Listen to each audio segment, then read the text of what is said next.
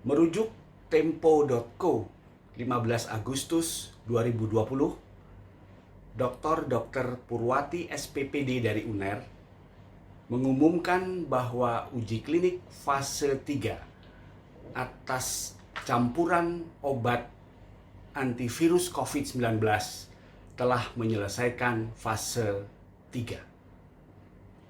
Diklaim bahwa antivirus tersebut efektif atas 98% kasus yang diuji. Disebutkan pula bahwa obat ini tidak ditujukan pada pasien-pasien COVID-19 dengan ventilator. Kita sebagai anak bangsa wajib mendukung uji klinik tersebut dan berdoa semoga semuanya terwujud sebagaimana yang diklaim dan dijanjikan kepada khalayak ramai di Indonesia. Masalahnya adalah para klinisi di rumah sakit di Indonesia sebagai garda depan dalam melawan COVID-19 ini, terutama para spesialis anestesi intensivis, spesialis penyakit dalam, spesialis syaraf, KIC, spesialis paru, dan siapapun yang berhadapan dengan COVID-19 terutama di ICU, umumnya menghadapi pasien-pasien COVID-19 sedang dan berat yang terpaksa harus dirawat dengan ventilator. Pertanyaan pertama yang harus dijawab oleh Dr. Purwati SPPD adalah, bila benar racikan antivirus dan antibakteri ini dapat membunuh 98% virus COVID-19 pada pasien-pasien di Indonesia, mengapa harus mengkecualikan untuk tidak melakukan uji klinik pada penderita dengan ventilator? Hari ini, 16 Agustus 2020, yang dilaporkan oleh gugus tugas COVID-19 pemerintah Indonesia, tercatat 139.000 kasus positif COVID-19. 93.000 atau 67% sembuh. Sementara 6.150 atau 4,5% meninggal dunia. Sisanya sekitar 29% terbagi dua, dirawat di rumah sakit atau pasien yang belum sembuh namun tanpa gejala. Jadi faktanya sampai hari ini ada 67% warga Indonesia yang sakit dengan atau tanpa antivirus apapun yang ada saat ini. Bila merujuk kepada CDC Amerika Serikat, yang paling dekat antivirusnya adalah Remdesivir yang diproduksi oleh Gilead. Namun faktanya, angka kesakitan COVID-19 di Amerika Serikat telah menembus 3,3 juta warganya dengan kematian 165.000 dari angka yang telah dicatat oleh gugus tugas COVID-19 tadi. Jelas sekali bahwa permasalahan yang dihadapi oleh para dokter spesialis paru, para dokter anestesi dan intensivis, para dokter penyakit dalam di ICU adalah penderita-penderita dengan komorbid seperti usia lanjut di atas 50 tahun, hipertensi, diabetes, penyakit jantung, penyakit obstruksi paru menaun, dan kanker. Adalah pasien-pasien yang rentan yang pada akhirnya harus dirawat dengan ventilator. Jadi masalah utama yang dihadapi oleh para klinisi di rumah sakit terutama di ICU adalah justru para pasien yang jatuh dengan perawatan ventilator.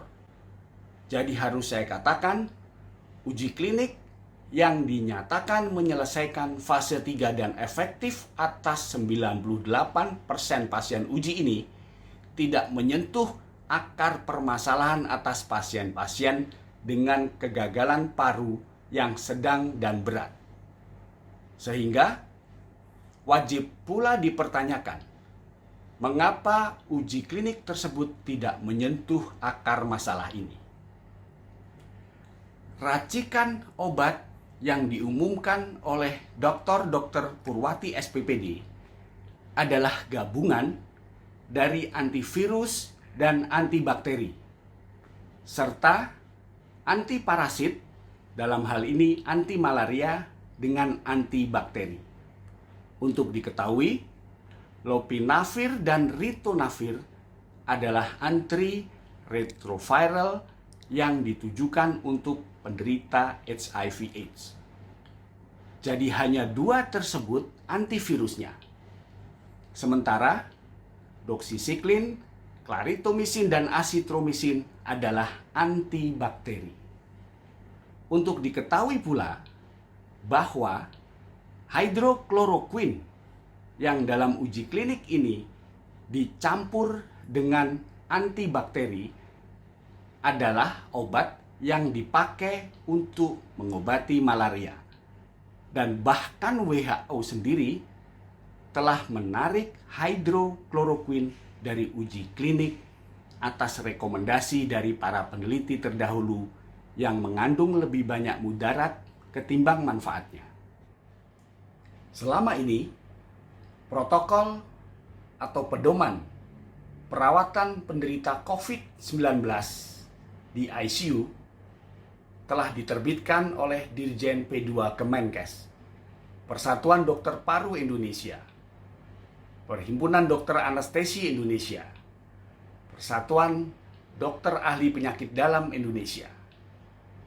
Umumnya protokol tersebut menyertakan perawatan dengan ventilator untuk mencegah gagalnya fungsi oksigenasi oleh paru. Protokol-protokol tersebut umumnya mencantumkan intubasi dalam tahap awal untuk pencegahan kegagalan paru yang berat dan sedang.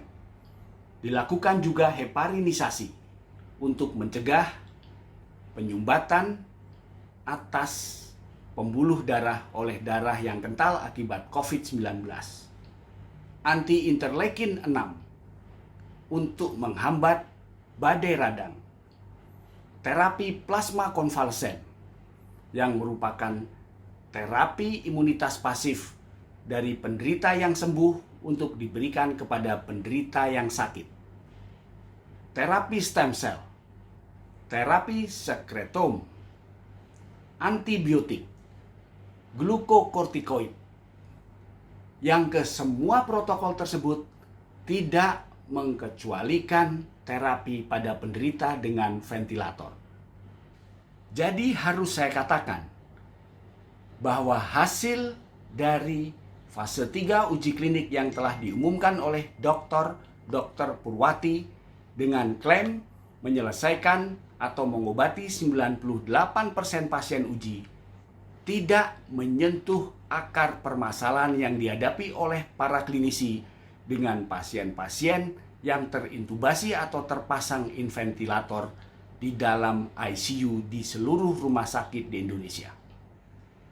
Apakah obat-obat yang diumumkan oleh Dr. Purwati tersebut benar-benar obat baru dan pertama di dunia? Penjelasannya, lopinavir dan ritonavir telah ada sebelumnya. Clarithromycin, doxycycline, azithromycin adalah antibakteri yang juga telah ada sebelumnya. Demikian juga dengan hydrochloroquine yang dicampur dengan antibakteri. Jadi, apakah hydrochloroquine membunuh COVID-19? Jawabannya tidak. Apakah lopinavir, ritonavir membunuh COVID-19? Jawabannya juga tidak. Apakah azithromycin clarithromycin, doxycycline sebagai antibakteri dapat membunuh COVID-19? Jawabannya juga tidak. Lalu bagaimana dengan klaim 98% atas obat racikan ini? Boleh jadi benar. Dengan segala hormat saya tidak sedang mempermasalahkan atas klaim ini. Tapi saya berharap agar justru uji klinik ini diarahkan pada akar masalah, yaitu pasien-pasien dengan komorbid yang akhirnya jatuh dalam keadaan ARDS atau kegagalan paru sedang dan berat yang untuk perawatannya di ICU harus menggunakan ventilator. Sekali lagi, saya sangat mendukung uji klinik yang telah dilakukan dengan susah payah oleh Dr. Purwati dan tim dari UNER bersama dengan lembaga-lembaga negara terpercaya. Tapi sekali lagi, tetap harus disampaikan secara apa adanya, terutama terkait mengapa uji klinik ini mengecualikan pasien-pasien dengan ventilator yang justru menjadi penyumbang angka kematian sejumlah 4,5% dari 139.000 yang telah diumumkan oleh Satgas COVID-19 tanggal 16 Agustus 2020. Nama saya Sugeng Ibrahim, dokter, magister biomedik, mahasiswa program doktor ilmu kedokteran di Universitas Diponegoro. Terima kasih dan semoga Dr. Purwati beserta tim dapat mewujudkan tekadnya untuk ikut memerangi pandemi COVID-19 di Indonesia.